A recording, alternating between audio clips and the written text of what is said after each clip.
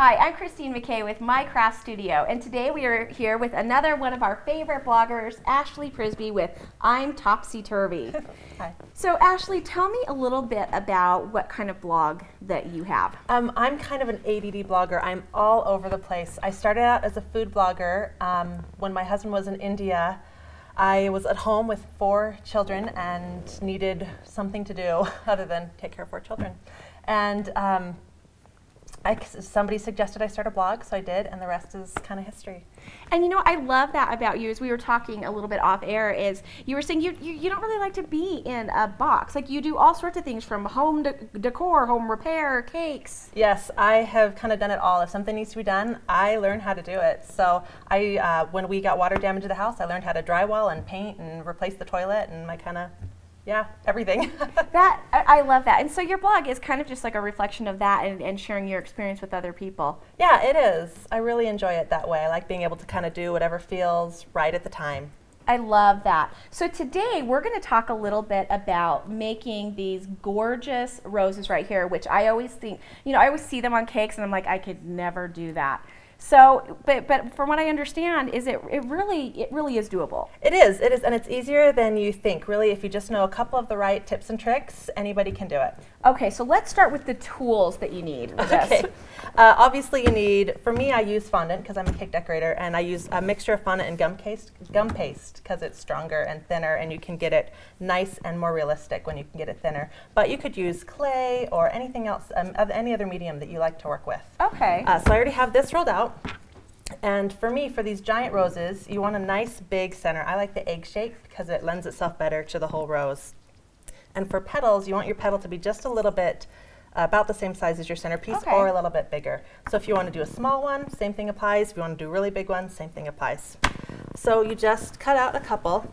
And because this material dries, you don't want to roll out too much at a time or work with too much. So I like to work with about 3 or 4 petals at a time. And can I ask you a question? Yes. Is this a petal mold, or was this a round mold that you kind of bent? I actually bought a petal cookie cutter because I was making a ginormous wedding cake and I needed about 300 petals, so I didn't want to get it wrong. But you could Because I'm looking at that and going, man, this is kind of DIY I would do. I would just buy like a round cookie cutter and smush it. In fact, I think most of my cookie cutters look like this. I've done that before. I've actually taken a round cookie cutter and bent it into a paisley pattern, so it can be done. But you can buy these already done? Yes. Okay. All right, so they're nice and dry on the top because we just rolled them out. So the first thing I usually do is I like to just flip them over and dust them a little bit with a cornstarch powdered sugar mixture. Okay, just to kind of. This is kind of cool. Explain this to me. This is, isn't it? You know, I actually got it when I was teaching Wilton classes years and years and years ago, and it's just a little circle. Like a little pouch. You just put your stuff in and then pull it tight, and it works great. Okay, that is cool. Kind of sell it anywhere they sell Wilton products. Okay.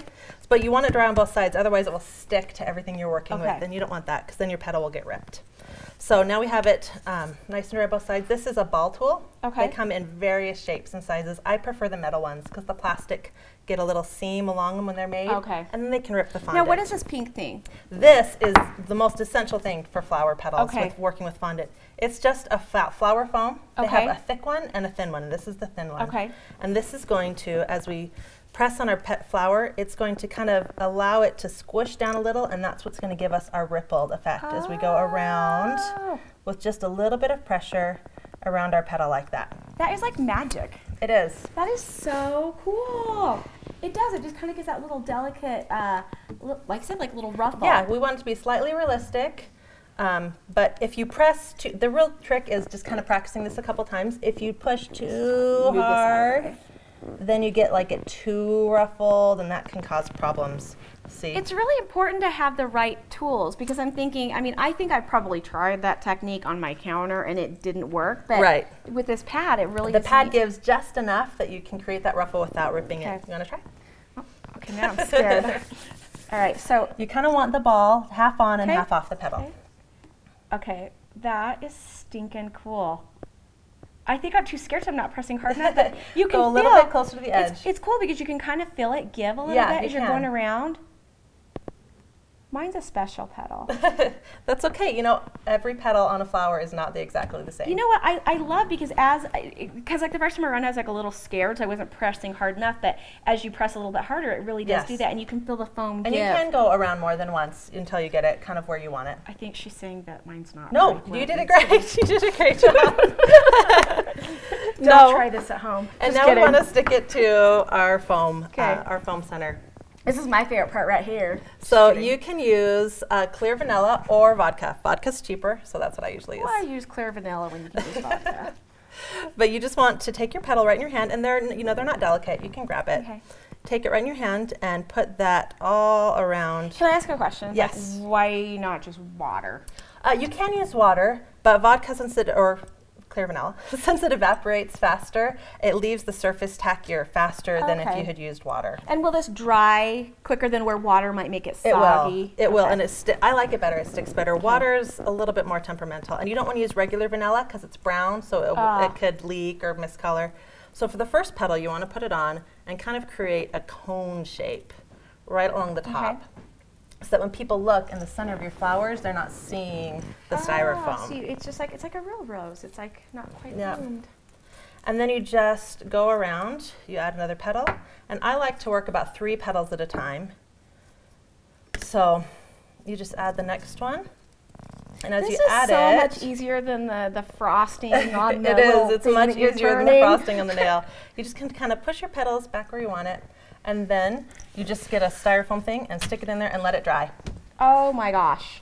So how long do you have to let it dry in between each layer? If I'm working with a lot of roses, like if I'm making about 15 at a time, by the time I get back around to the first one, it's dried ready enough. to go. If you're only working with a small quantity, then take a break, get a drink of water, grab a snack, and then come back. Okay, so next, so these are just kind of a progression of adding more and more layers. This one has 6 petals, this one has 9, and this one has 12. And this is just, I mean, it is fabulous. Like, you cannot tell that this is not, I mean, a real rose. Just put some pink frosting on there and and you just kind of add petals until it's kind of the right size for whatever you're working for. If you're trying to make a bouquet versus just one rose on the side of a cake, you'll do it a slightly different size. Okay, I love it. All right, so with the time, as I break off one of those very delicate flowers. They do break, but that's okay. Okay, so with just a few minutes we have left, we like to play a little game here in my craft studio called Rapid Fire. Okay. So I'm going to ask you a few questions. So tell me, what is your favorite guilty pleasure? Well, chocolate. Definitely chocolate. Beyond chocolate, I have to say it's internet television, Hulu and Netflix. We don't have TV in the home because of my children don't handle it well, the stimulation. So at night when they're in bed, I just kind of watch and watch and watch. I have 2 monitors. One's always Hulu and Netflix, and the other one's whatever I'm working on. I love that. And name one thing that you have learned through your craft fails.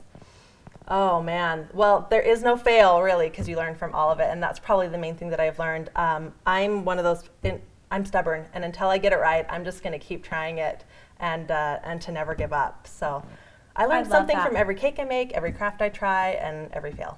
I love it. And you know what? That is a good message to leave today, because it is true. Crafting for me, it really is.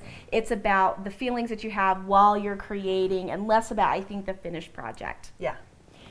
Although sometimes, you know, you do the finished project can be very nice. It can be kind of a little entertaining. Anyway, Ashley, thank you so much for stopping by. For more great ideas, and I have to tell you, I go to her website. It's, go ahead. I'm topsyturvy.com.